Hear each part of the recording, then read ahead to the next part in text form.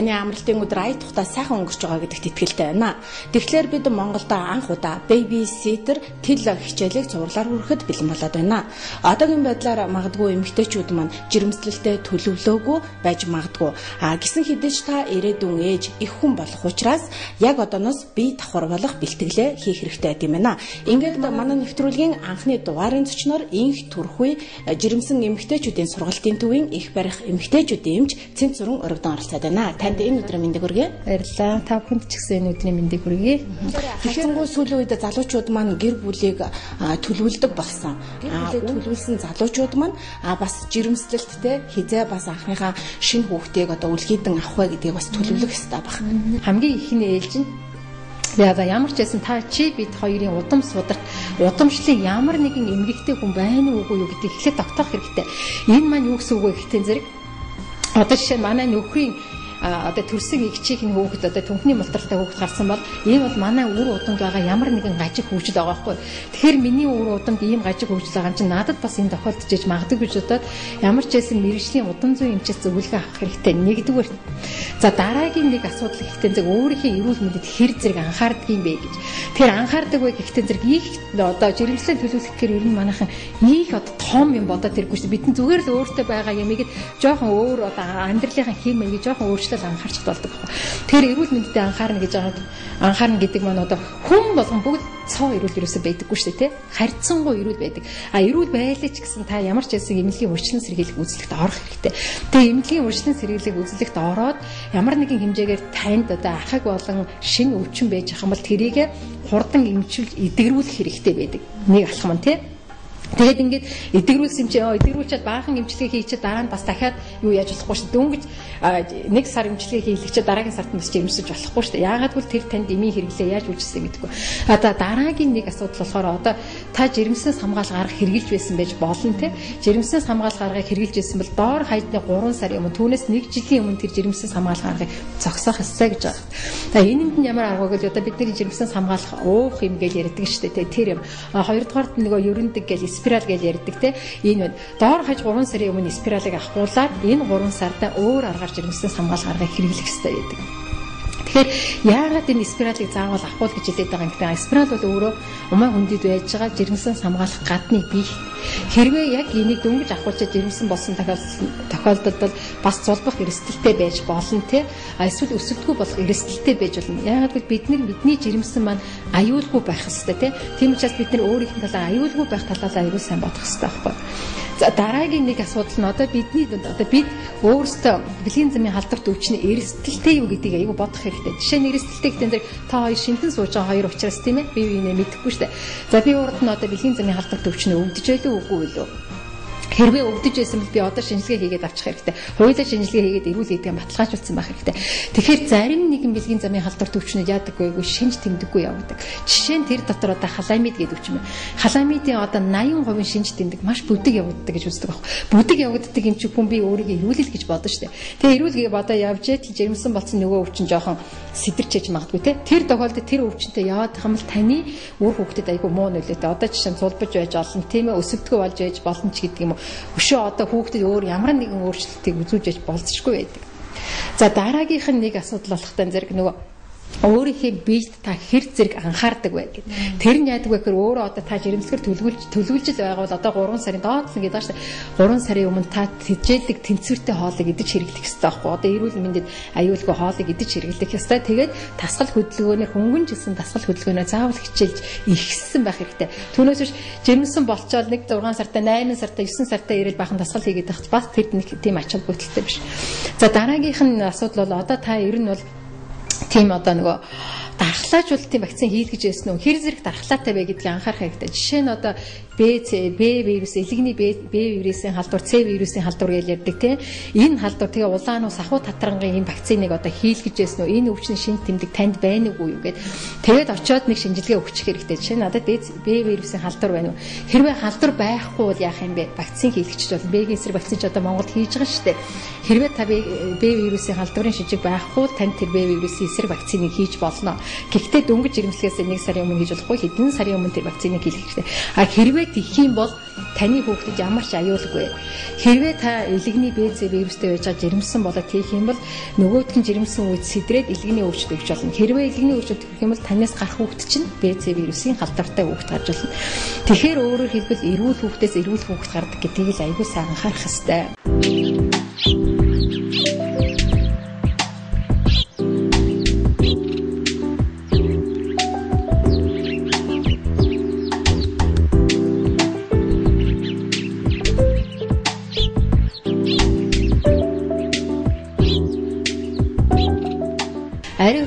Арх хэрэглэдэггүй та тамхи татдаггүй эм уудгүй гэдэг имийг заавал өөрсдөө тавих хэрэгтэй. Жишээ нь одоо би ихэд арх уудаг үлээ тамхи татдаг үлээ гэж бодох. Хэрвээ одоо арх уудаг тохиол манайх ингэдэг штэ. Яа тий би түрүүчээгээ хүүхдтэйгээ арх ууж байгаа гарцсан штэ. Хэдэн ондоо арх уухадтай ямар ч асуудалгүй. Виноо зүгээр гэж хэлдэг. Хизээч одоо жирэмсэн ихэд байлаа штэ. Ер нь архины согтууруулах ундааны зөвшөөрөгдсөн тун хэмжээ гэж хизээч байдаггүй. Согтууруулах ундаа гэдэг чинь ерөөсөө дандаа хүндтэй ер нь эрсдлийг аюулыг дагуулж яадаг. Хэрвээ өөрөөр хэлбэл спирт гэдэг чинь яадаг вэ? Хүний төвс мэдрэлийн системийг гэмтэж болно. Арх бол. Тэгэхээр тэр чинь одоо нөгөө зөвшөөрөгдсөн тун хэмжээ гэж ерөөсөй байхгүй байх нь шүү дээ. За дараа нь болохоор тамхи гэж яадаг. Тамхи бол бидний үр уданд маш их аюултай. Жишээ би тамхи татдаггүй гэсэн мөрлөө би нэг сайхан ресторанд ажилладаг байхад тэр ресторан тоогооч байлаа гэхэд тэнд орж ирж байгаа бүх хүмүүс тамхи татдаг байх юм бол шууд одоо утгаараа тэр хүн чинь өөрөөр хэлбэл тамхитай орчинд байгаад юм гэсэн үг байна. Тэгэхээр тамхинд байдаг никотин гэж байдаг. Тэр никотин чинь их өндөр тунгаараа бол одоо энэ хортон шавьжийг устгах үйлчлэгээ үзүүлэх юм байна шүү дээ. Тэр баг тунгаараа яадаг хүний бас л төв мэдрэлийн системийг үрдэн нөхөн өвчмөн системийг хөгшрүүлдэг гэж байна. Өөрөөр хэлбэл одоо залуухан хүмүүс маань одоо тамхи ихтэй залуучууд маань одоо их тамхи их татчихжээ. Эрэгтэй эмэгтэйг маш их тамхи татчихжээ. Тэгсэн мөртлөө одоо ургийн гажиг хөвжил аягүй их гарч ийн гэл одоо яриад байгаа штэ хүмүүс. Тэгэхээр энийг бид нэр ургийн гажиг хөвжил үүсээд байгаа шалтгаанаа тэр залуу хосууд ч юм уу тэр жимсэн байж байгаа хүмүүс өөр дөөрийн нэгдүгээр тэгэж авч үзэх хэрэгтэй. Бүх юмыг утаатай холбож яриад байдаг байхгүй. Тэгтэл яадаг вэхээр тэр ээж жирэмслэхээс угаасаа тамхичин байсан. Нөхөр нь адилхан тамхичин байсан, архичин байсан. Энэ тамхичин байсан, архичин байсан уусан ийм хүмүүсийн яаж тэр эр бэлгийн эсн аягүй чайн чадам цайтай байх юм бэ? Байхгүй. Эмэгтэй хүнээс гарч байгаа тэр сард ганцхан удаа ялгарч байгаа тэр өндгөн гисэн ч гэсэн чадамж сайтай байх үндэслэх байхгүй. За тэр чадан ядан нийлсэн тэр үр хөврөлөө яг уу явцын тул ёстой өсөлтгөө болно эсвэл зулбана. Тэ ийм л аюул үр дагаварт хүргэдэг учраас айл болохоор эднэрийг цэвэрлэх хэрэгтэй. За дараагийн нэг асуудал бол эмийн тухай хэрэглээ гэдэг байхгүй. За тэгэхээр манай монголчууд бол ерөөсөө бүгдээрээ эмчин болцсон. Бүх хүмүүс эмчин эсвэл танилчин байдаг. Тэгэхээр яагаад ийм хэрэгэлдэг юм бэ? Бүр ерөөсөө энэ толгойд нь бүр шингэцсэн. Ерөөсөө ийм уухгүй бол монгол хүн бол ерөөсөө хүн биш. Одоо шинэ ханаа төрлөө ийм уулаа. Тийм ээ. Бүх юмд нь ерөөсөө ийм ууж штэ. За энд гар өвдлөө хурдхан шиг эмээсэн ороод ийм аваад байгаад хүнсний хэрэглээгээ тэгж одоо хүнсний дэлгүүрөд ороод авахгүй мөртлөөсөө эмийн санд ороод тэр эмүүдийг бүр тор дороор хийгээд аваад байдаг. Жишээ нь одоо миний хүүхд таньд үлсэн юм чинь тэр эм сайн уу гэдгээл эмийн сангаас тэр юунд уудаг энэ дандаа тэгж асууж байдаг. Тэгэхээр эм гэдэг бол бидний удмын санд дандаа нөлөөж яадаг учраас хизээч эмийг хэрэгжилж болохгүй. Тэрч байтугай жирэмслэхээс өмнө жирэмсний дараа ч гэсэн ерөөсөө ямар ч тохиолдолд эмийг хэрэгжилж болохгүй. Эм гэдэг бол өөрөө химийн хортой бодис. Тийм учраас жирэмсэлт гэдэг бол өвчин биш те. Физиологийн зүгээр хэвийн үйл явц шүү дээ. Хэвийн л процесс шүү дээ. Тэгэхээр ийм юмнуудад дээр анхаарах хэрэгтэй. Тэгээд та эмийг одоо эмчилгээ хийлгэж байсан бол 3 сараас өмнө одоо энэ сард би 1 сард эмчилгээ хийлгээд дуусна гэж яхам бол та 4-5 сараас нааш жирэмсэж болохгүй нэ шүү дээ. Тэгээд дөнгөж жирэмсэж чинь болчих юм бол танд нөгөө эмэнд хортцсон өндгөөс гараад иржээж магадгүй шүү дээ. Тэр хоёрын чадамж нь муу болно гэдэг. Тэгэхээр ер нь бол арх тамхи гэдэг бол нөхөн хүний эмэгтэйчээс хүмүүсийн нөхөн өвчмөн системийг дандаа хөгшрүүлж дутагдaltaд оруулж идэг. Жишээ нь эрэг бэлгийн эсийн тоог цөлдөг гэж байна. Тэр эрэг бэлгийн эсийн тоо цөөн байрна гэдэг чинь үр тогтох чадвар муу байна л гэсэн үг гэдэг байхгүй. Тийм. За тэгээд тэр дараагийн нэг дугаарт нь болох тань зэрэг жирэмсэн юм. Одоо ер нь жирэмслэхээр төлөвлөж байгаа хүмүүс манайхан ч нөгөө нохой гэвч тижээдэг штэ тий. Одоо нохой муурыг гэвч тижээдэг. Тэгээ одоо гэр хороололтой гоосууд ч нохойгүй айл гэж байдаггүй. Одоо гэртээ ч гэсэн бас нохойгүй айл одоо цөөхөн болцоод байна штэ. Хүүхч жогдгүй нохой тижээдэг бас. Тэгтээ зэрэг бид нэр тэр нохойнд нэр нь тий аюулгүй байх талаар тэр вакцин хийлгэж байна уу гэдэг. Өнөөдөр өстэй худлаа штэ. Бараг вакцин хийлгдэггүй штэ. Замаа гэрийн тижээгээр нохойнд бол ерөөсөө вакцин. Тэгэхээр яадаг үл тэр нохой муурны чи ялгцсанд энэ токсо токсоплазм гэдэг ням байдаг гинэ. Тэр токсоплазм гэдэг нянгаар одоо өвчлөх юм бол жирэмсэн эмэгтэйд урагт нь бас аюул учирч болцшгүй.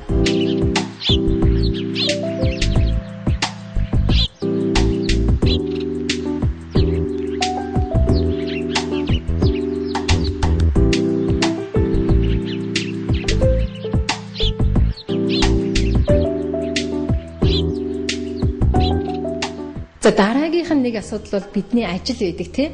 Миний ажил жирэмсэн болоход одоо ямар аюултай билүү, ямар орчин билээ тийм. Тэгэхээр яг үгүй жирэмсэн болсон гэдгээ та эхлээд удирдлагаа заавал мэддэгдэх ёстой. За удирдлагаа би жирэмсэн гэдгээ мэдгдсэн чинь таны удирдлага таныг авч үзээд за энэ ажлын байр бол чамд бол одоо аюулгүй биш юм байна гэд өөрөөр хэлбэл аюулгүй ажлын байраа хангах үүргийг тухайн байгууллага бол одоо хүлээдэг юм бэлээ. Баруунд бол одоо манайд бол одоо тэгдэм үү юм уу? Ер нь бол тэгэх хэрэгтэй. Яагаад гэвэл жирэмсэн хүн ажилч нь аюулгүй маш хөнгөн байх хэвээр ажлын байр чинь. За дараагийн нэг хэлэх гээд байгаа хамгийн том асуудал юу вэ гэхдээ зэрэг одоо бүх одоо дэлхийн нийтээр энийг би хэлээд байгаа юм шиг дэлхийн нийтээр та жирэмсэн болохоос за бүр чадвал 1 жилийн бүр чадахгүй 3 сарын өмнө одоо хуулийн хүчлийг ууж бай гэж байгаа. За энэ хуулийн хүчил ямар бэлтгэл гэдэг нь ямар эд шидтэй мундаг идэм бэ гэхдээ зэрэг хамгийн гол нь одоо уур хөөрөл үүсэнгүүт хүний тархи нугасных нь мэдрэл ихэж үүсч ирдэг байхгүй юу. Тэгээд энэ тархи мэдрэлийн одоо эсийг үүсгэхэд нь маш чухал нөлөө үзүүлдэг юм чинь фойлын хүчил. Тэгэхээр фойлын хүчлийг заавал эрэгтэйчээсээ уух нь шүү дээ, эмэгтэйчээсээ уух нь шүү дээ. Тэгэхээр фойлын хүчил бол заавал илүүдэл түнгэж хайхтар байдаггүй. Хамгийн багадан фойлын хүчлийг 400 микрограммыг уух хэрэгтэй. Хамгийн бага тунгажээс тэгээд 800 микрограмм тэгээд 1 микрограмм мэтэргээ байж байгаа. Тэндээс бүгдээрээ уугаад ингээд жирэмслэл төрөлтөнд аягүй бэлдэх хэрэгтэй. Тэгэхээр фойлын хүчил одоо юунд дэлбэг байдаг юм бэ гэж бас байж болно шүү дээ. Заавал имээр уух хэрэгтэй мó эсвэл байгаа бид нэр хүнсний бүтээгдэхүүнийг хэрэглэх хэрэгтэй мó. Тэгтэн зэрэг фойлын хүчил маань одоо бүх ногоо навчтай ургамлуудад илүү их байдаг гинэ. Жишээ нь одоо бууцаа гэж нэг хөөрхөн ногоо навчтай байцаа байдаг шүү дээ. За тэгэл одоо брокколиг ногоо навчтай хүнсний ногоо болгонд одоо нөгөө фойлын хүчил маань элбэг байдаг. Тэгэхээр гарсан хойноо эмэгтэйчүүд маань бас жирэмсэлж байна. Бас хэд эрт жирэмслэх нь хэд орой одоо жирэмслэх нь бас ямар үр дүнд хүргэх юм болоо. Ерөнхийдөө бол ингэдгийн дэлхийн эрүүл мэндийн байгууллага бол ер нь юу гэж үздэг вэ гэхтэн зэрэг жирэмслэх хамгийн тохиромжтой насыг 25-аас 35 нас гэж үздэг байхгүй. Иймд бол та төлөвлөсөн байна тий. Таны амьдрал талиулсан, та өөрөө сэтгэл зүйн хувьд одоо бэлэн болсон байна, ажилтай болсон байна, амьдрал зохиолсон байна тийм ээ. Санхүүгийн хувьд ч боломжтой байна гэж үздэг байхгүй. Энэ насанд бол төрөхөд танд бол асуудал байхгүй. Гэхдээ л энэ нас хэдийгээр тийм ч гэсэн та бэлтгэх хэрэгтэй. За яагаад манайхан 30 одоо ерөнхийдөө бол өсвөр насны жирэмслэлт харьцангуй их байна гэж байгаа шүү дээ. Одоо би сая нэг нэт рүү ороод уншиж байхад манайд одоо 10 сарын байдлаар 58663 их төрсэн байгаа юм байна шүү дээ. За үүний хэдэн хувийн өсвөр нас вэ гэсэн судалгаа байгаа л бах. Тэгтээ одоохондоо хараахан гараа. Тэгэхээр ер нь өсвөр наснд яагаад ингэж бага жирэмслээсээ дэлхийн харьцаанд битгий дороосоо гэж зөвлөдөг вэ гэхдээ зэрэг энд чинь нөгөө нэг одоо дэлхийн харьцаанд орохтон зэрэг нөгөөтэйг умаа хүзүүний хор тадар үүсгдэг хүний биеийн папиллом вирус гэдэг халдварыг эрт авдаг юм шүү. Тийм ээ. Тэгээ хоёрдугаар өсвөр насндаа жирэмсэн болсон байгаа таны сэтгэл зүй арай болоогүй байгаа шүү гэдгийг хэлдэг байхгүй. Тэгтээгээр та боломжтой байсан гэсэн төлөвлөхийг тооцоолох хэрэгтэй тийм ээ. За 35 наснаас хойш манайхан юу гэж ярьдаг гэхээр 37 насны дээр төрөхөөр өөстө нэг жилэн дээрээ төрөхтэй зэрэг хөстө залуучдаг өстө мундаг сайхан болдог гэж ярьдаг. Тэр бол яг залуучдаггүй. Яагаад гэвэл мэдээж гараад ирсэн хүүхдтэйгээ хүн ялхам сэтгэлээр хүүхдийн сэтгэл зүгээр харьцдаг харьцаа бий болдог болохоос биш түүнээс ч залууч мундаг гээгүүлдэг мөрөөсөө байхгүй. Тэгэхээр та 37-тай төрний 45-тай төрний тэр бол таны хувийн асуудал. Гэхдээ та жирэмслэлд бэлэн байх хэрэгтэй те биеийн хүүхдийг дэрхэд миний эрүүл мэнд одоо тэнцэнэ ямар ч асуудал байхгүй гэсэн тохиолдолд одоо жирэмсэж болно шүү дээ тэр ерөөсөн болохгүй гэх юм байхгүй. Цагаан сараар 2 жирэмсэн эмэгтэй хүн хоорондоо золгож болохгүй нөгөө нэг хүүхдийн хүүсэн солигдно гэдэг. Тэгэхээр эхчүүд маань за яг сүүлийн үед бас нөгөө нэг орчин үеийн техник технологи хүүхдсэн өнөө үед бас эхо гээл те өнгөт эход харуулад хүүхдийн хүүсийг тодорхойлцдог болчихсон байна. Гэхдээ ер нь бол хүүхдийн хүүс бас солигддөг юм болов. Тэгэхээр энэ хүүхдийн хүүс солигддог гэжтэй хизээж хаач байхгүй. Яагаад гэхдээ зэрэг ерөөсөө анханасаа биш дээ үр тогтохдоо эрэгтэй эмэгтэй гэдэг нь тодорхой болоод өгдөг. Шинэ эрэгтэй хүнээс чинь X гэдэг хромосом гардаг. Эмэгтэй хүн чинь зөвхөн X гэсэн охин хромосомтой байдаг байхгүй. Тэгэхээр өөрөөр хэлбэл эрэгтэй хүний Y хромосом эмэгтэй хүний X хромосомтой нийлжиж эрэгтэй хүүхд гарах гэдэг шүү дээ. X хромосом нь очиод нийлчихвэл охин хүүхд гарах гэдэг. Тэгээ анханасаа ингээд эр юм тодорхой болоод нийлсэн юмыг бид нар явцын дунд 5 сартай байж байгаа цагаан сар болоо зоолгосон чи хүүхдийн хүү солигдно гэж бол хизээч тийм юм байхгүй. Тэр бол одоо хитрхийн нөгөө худлаа, хитрхийн бүдүүлэг те шинжлэх ухаан биш те үндэслэлгүй юм гэж ойлгох хэрэгтэй. Тэгэхээр хүүхдийн хүү ерөөсөө солигдохгүй. Тэгэхээр хүйс тодорхойлно гэдэг бол эрэгтэй хүнээс 100% хамааралтай. Эмэгтэй хүн бол ганцхан охин хормосомтой, эрэгтэй хүн бол XY-тэй хормосомтой учраас эрэгтэй хүн шийдвэрлэх үүргийг гүйцэтгэх, эцэг хүн шийдвэрлэх үүрэг үүсдэг. Тэгээ манай зарим одоо нөгөө аав нэр бас тэгдэг штеп. Өө манай ихнэр дандаа л охин хүүхэд харагдаг штеп. Стэнээр ихнэртэй айгу буруу гэдэг. Тэгтэл яг үнэн чанар дээр буруу нь өөрөө аав нь өөрөө байгаа аахгүй юу? Та X хормосоо Y-ийг нь оруулж чадаагүй дандаа л охин хүүхэд гаргаад байсан байгаа аахгүй юу? X нь одоо X нь орцсон л бол тэнтэй охин хүүхэд гарлаа штеп тий. Тийм учраас энийг бас аав нэр бас анхаарах хэрэгтэй юм байгаа шүү. Ерөнхийдөө гэтэн зэрэг хүйс тодорхойлох гэдэг бол ер нь бол бас хүйс тодорхойлох нэгэн бодол их буруу гэж үздэг штеп. Яагаад гэвэл одоо жишээ нь би 3 охинтой байж исэн чинь 4 дахь удаа би жирэмслээ. Жирэмснээ очиод би үзүүлээд байж 4 сартай ч юм уу би гүйсийн тодорхойлго болсон чинь миний дахиад охин байж гэж бодъё. Дахиад охин байна гэдэг хүн чинь тэр сэтгэл зүйн хувьд бас л айгүй хэцүү болно шүү дээ, тий. Тэгэхээр өөрөөр хэлбэл жирэмсний бүхэл хугацаанд тэр хүн сэтгэл зүйн дарамттай болох хэрэгтэй байхгүй. Дахиад нөгөөд чи ямар хөвгт өгсөн чи охин хөвгт гэл нэг дуртай биштэй дургүй энэ охин эмчин гэдэг байдлаар ханддаг. Тийм учраас хүйс тодорхойлох гэдэг бол бас зарим хүмүүст бол нэг дандаа тодорхойлолтой байхаар ажил биш юм байгаа шүү. Ерөнхийдөө бол тийм мэдснээс мэдээгүй нь илүү хамгийн гол нь хүүхэд маань эрүүл байх ёстой л гэдгийг баримтлах хэрэгтэй шүү дээ, тийм ээ. Тэгэхээр дэлхийн жишээт яг хуу жирэмсэн эмэгтэйчүүд маань, эхчүүд маань өөрсдөө одоо эмэгтэйчүүдийн эмчийг тодорхой одоо шалгуураар шаардлага тавьж байгаа сонгодог шүү дээ, тийм ээ. Гэтэл манай Монголд болохоор нөгөө өрхийн эмчдэр очиж эхэлж үзүүлнэ. Тэгээд одоо нөгөө 3 сарын дотор хяналтандаа орлоо нөгөө сонголт хийх боломж нь жоохон хязгаарлагдмал тодорхой өгөх ёстой шинжилгээнүүдээ өгнө. Тэгээд хяналтандаа л орно гэсэн үг. Тэгэхээр эмэгтэйчүүдийн эмчээ бид нар бас юу яаж сонгох ёстой юм бэ? Ерөнхийдөө бол манайд хууль нь тийм байхгүй. Одоо жишээ нь бид нар гэрийн эмч авлаа гэж ярил л дээ, тийм ээ. Уул нь энэ барууны өндөр хөгжөлтэй орнууд чинь болохоор хүн болгон өөрсдийн гэсэн эмчтэй байж идэг. Жирэмсэн хүн боллоо, жирэмсэн болсон цагаасаа эхлээд өөрийнхөө эмчийг сонгоод авчдаг. Өөрсдийн гэсэн шалгууртай. Тэр шалгуурынхаа дагуу тэр эмчийг сонгодог. Манайд бол ерөөсөө тийм юм байхгүй. Яагаад гэвэл манайхан болохтаа зэрэг их л заавал өрхийн эмчийг хяналтанд байх хэрэгтэй. Өрхийн эмчээс гадуурх хяналт бол одоо хяналт биш шүү дээ. Хэрвээ тэд нар ч гэсэн барууны орнууд яадаг бол өнөөдөр өөрөө сонголтоо байна. Би төрөх арга барилаа сонгоо. Би гэртээ төрнө. Би усан төрнө. Би төрөх тасагт очино. Эсвэл гэр бүлийн төвөд очино гэж зөвлөдөг бол манайд зөвхөн ганцхан төрөх газар очиж л төрнө гэсэн ойлголтой. Тэр төрөх нь яадаг вэ гэхтэн зэрэг өнөөдөр манайд орчин үеийн тэр барууны сэтгэл зүг дагсан тийм төрөх тасаг өнөөдөр Монголд ч бараг байхгүй шүү дээ. Тийм тэр газарт чинь очиход хүмүүс айдаг, тэ имээдэг.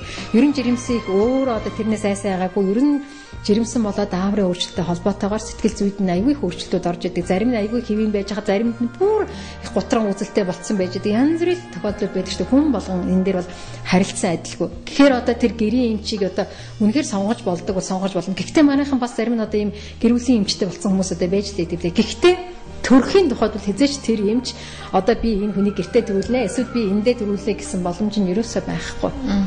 Тэгэхээр жирэмсний одоо хугацаа бас хэдэн сар гэдэг юм бол хүмүүнд 8 сар дутуу тэлээ илүү тэлээ гэж ярьдаг шүү дээ. Ерөнхийдөө жирэмсэн хүн ер нь физиологийнхаа хугацаагаар бол бүхэл бүтэн 9 сарыг тээж өнгөрүүлэх ёстой шүү дээ. Жирэмсний бүхэл бүтэн 9 сарыг одоо юу гэж 3 хувааж үзнэ. Жирэмсний эхний 3 сар, жирэмсний дундлын 3 сар, жирэмсний сүүлийн 3 сар. Тэгэхээр энэ 3 сард аль алинд нь маш их анхааралтай байх хэрэгтэй. Анхааралтай байна гэж читийг амар хяналттай санаа зовоод байх юм биш, зүгээр ерөнхийдөө өөрийнхөө биеийг анзаарч явах хэрэгтэй байдаг байхгүй. Тэгэхээр жирэмсний эхний 3 сарын дотор та юуг анхаарах вэ? Хоол чинь ямар байх вэ? Ямар дасгал хөдөлгөөнийг хийх ёстой вэ? Тэ эхийн сэтгэл зүйн хувьд би ямар байх ёстой? Арга гэрэн таныг сэтгэл зүйн хувьд яаж авч явах вэ гэдэг юмнуудыг аюул сайн мэдсэн байх хэрэгтэй. За жирэмсний сүүлийн 3 сар тэгэхээр одоо 8 сартай чинь жирэмсний амралтаа авч байгаа. Жирэмсний амралтаа авчаа та гэртээ зүгээр сууж болохгүй. Эсвэл одоо энд тэнд очиод одоо хүмүүсийн буруу ташаа мэдээлэлээс өөрийгөө төөрөгдүүлээд эсвэл бүр айдас хүйдэс автаад ингэ суугаад иж болохгүй. Тэгэхээр мэдээлэл өгдөг юм зөвлөгөө өгдөг төвүүд хамдаад тэгээ сэтгэл зүйнхээ өөрийнхөө айдас хүйдэс эргэлзээ болгоно ингэж одоо багасгах хэрэгтэй шүү дээ. Тэгж чадах юм бол та мэдээж хэвийн тайван төрч чад.